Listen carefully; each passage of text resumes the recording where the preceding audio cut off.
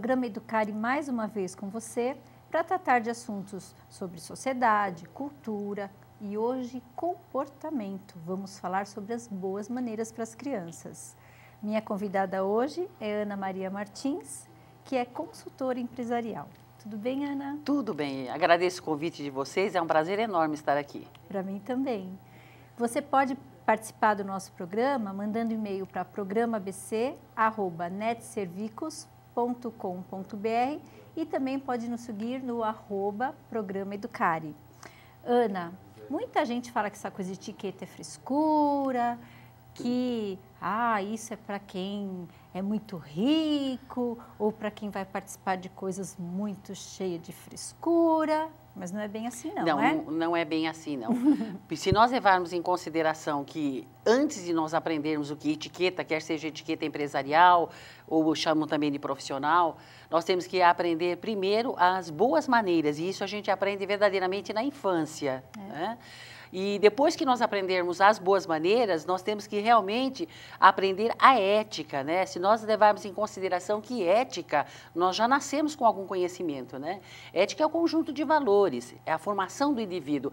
E esse conjunto de valores é interessante, Luciene, porque nós quando nascemos, né? Nós nascemos apenas pela parte instintiva. Então, o sugar, o balbuciar, é uma parte instintiva. Há quem diga até uma lei de Deus, né? Depois o tempo vai passando, nós agimos também pela parte das emoções, né, dos sentimentos. Agora, a coisa começa a complicar quando entra no processo de aprendizagem. Nós que somos educadoras, né, podemos dizer isso. Só que os primeiros professores, quem são? Os pais, a família, né, os irmãos mais velhos, a comunidade onde nós estamos inseridos, né, quando pequeno. E, às vezes, o excesso de zelo, a não preocupação porque é criança, é que realmente é o complicador. Porque é verdadeiramente na infância onde nós formamos a personalidade. Então, se nós tivermos assim o cuidado, a escola e a família, né, uma verdadeira parceria de saber proporcionar a essa criança a educação adequada, das boas maneiras, ela cresce com uma naturalidade, fazendo as coisas, né, desde os hábitos de higiene, a maneira de se vestir, o espírito de equipe, de trabalhar em grupo, ela começa desde cedo. Isso aí é uma coisa natural, não precisa lá na frente, quando é uma adolescente que já está na vida universitária ou no mercado de trabalho, ter que aprender. Não é verdade? É verdade. E para isso você escreveu um livro que dá todas essas dicas, né? O que é que eu faço com essa tal de boas maneiras, né? O título do livro. É interessante que nós já vendemos mais de 30 mil livrinhos, né? E a felicidade que a gente tem quando ministra palestra nas escolas que adotaram e estão adotando o livro, porque a gente percebe na criança, até a maneira de você começar, né? Eu mostro a capa do livro e digo para eles assim, você está vendo esse menininho aqui? Ele vai conversar com você, ele vai dar dicas para você e você vai levar isso para toda a sua vida. Então, eu passo agora a responsabilidade desse menininho, de você cuidar desse menininho daqui para frente. E aí, quando nós começamos a falar sobre os tópicos, os capítulos do livro com as crianças, nós percebemos realmente o quanto que a criança ela está receptiva, o quanto ela gosta, você passando isso sem imposição. Passando, demonstrando, especificando o quanto vai ser útil para ela nesse momento e lá na frente. Então, o livro realmente ele tem esse objetivo de aproveitar a fase da infância, desde a educação infantil e normalmente o ensino fundamental 1, para trabalhar a criança na parte comportamental, atitudinal, para que a criança realmente depois não precise ser chamada a atenção, às vezes meio punitivo até. Então, porque nós adultos é que temos essa obrigação como pais e a escola com os educadores. Tem obrigação e tem que ser modelo. Isso. Né, Ana? Porque tem muita gente que cobra, fala, mas ele não... Né? Mas, enfim, né, o adulto não é modelo. Tem que ser referência. Faça o que eu falo, mas não faça o que eu faço. Perfeito. Aí não funciona, né? Não, aí não funciona. É interessante que você ter destacado isso, porque o adulto, por exemplo, tem um capítulo do livro que fala sobre a mentira, né? Então, normalmente você explica para a criança no livro que não deve mentir, que o papai e a mamãe são grandes amigos, que na escola, como o papai e a mamãe está trabalhando, que realmente você tem que confiar na professora. Então, algo que aconteceu com você no trajeto da sua casa para a escola ou da escola para a sua casa, que você deve conversar, confiar na professora e tal. E aí é fato interessante, às vezes na própria residência os pais também, olha, não quero que você minta, uma menina bonita não deve mentir e assim por diante. E aí, Luciane, o que acontece? Toca o telefone, a criança atende, a mãe olha e faz um sinal. Fala que eu não tô. Isso.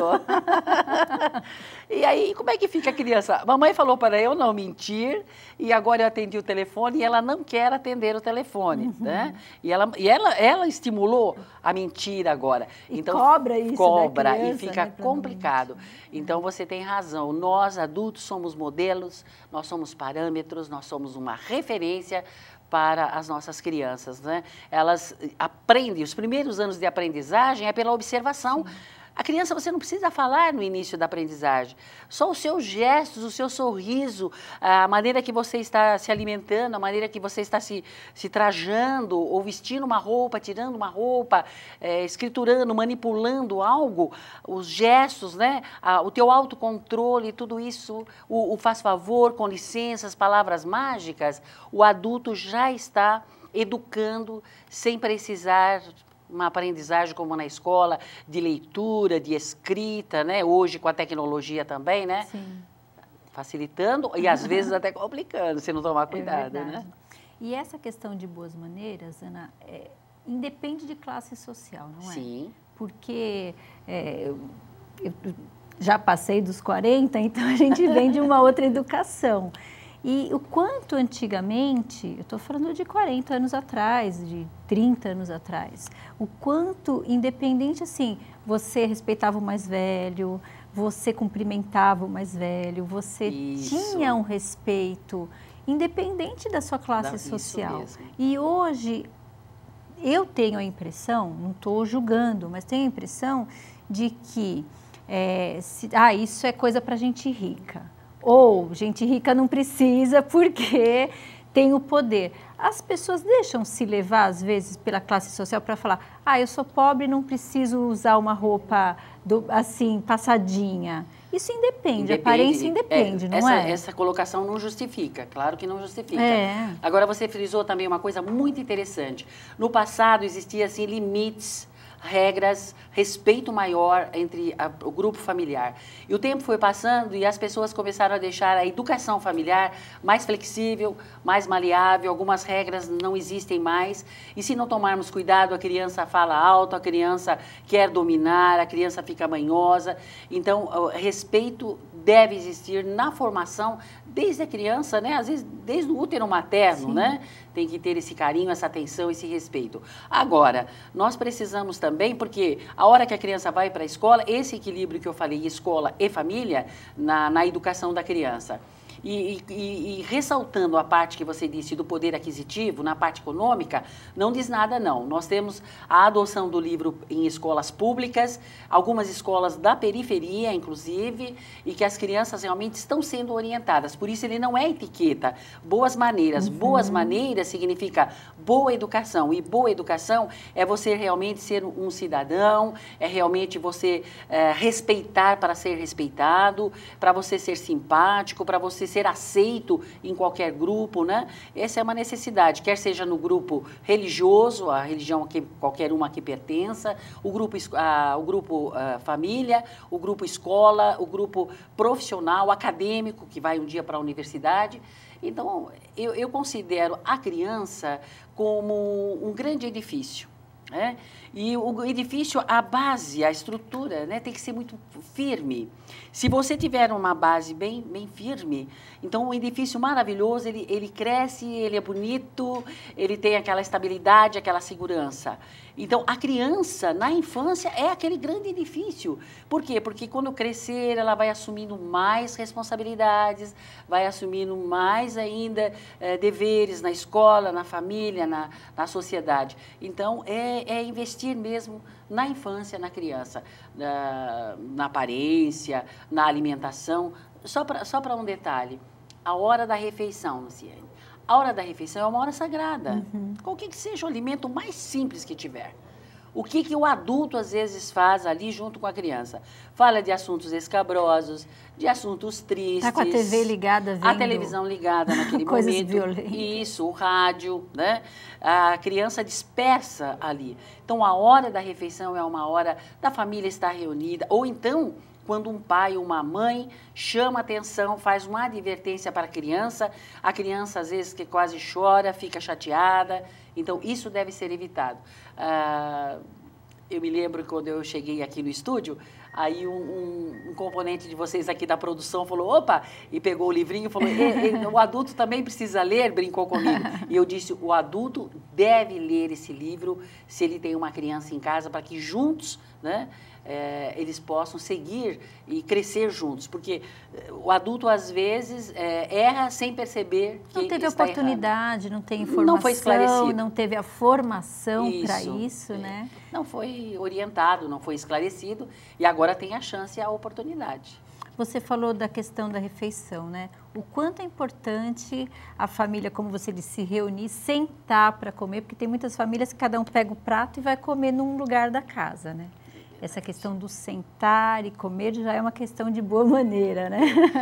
Eu acho até que a gente vê assim no mundo corporativo as reuniões, né? As famosas reuniões formais, informais, tal, que eles sentam ali, os assuntos da pauta ali é colocado, tem um líder e depois que resolveram, encerra-se a reunião, vai para a ata, toma um cafezinho, uma água, enfim. Por que não ter na família uma reunião, pelo menos uma reunião semanal? No domingo, o domingo tem que ter cara de domingo, a família tem que estar reunida, ou no café da manhã, ou no almoço, mas com respeito, com diálogo, com alegria, contar as coisas boas que aconteceram. E isso, depois, essas crianças crescem, se tornam adultos, vão constituir outras famílias, né? E fica na saudade. É verdade. Então, tem que curtir, tem que aproveitar. Sim. Com certeza. Nós vamos para um breve intervalo e voltamos já. Fique aí.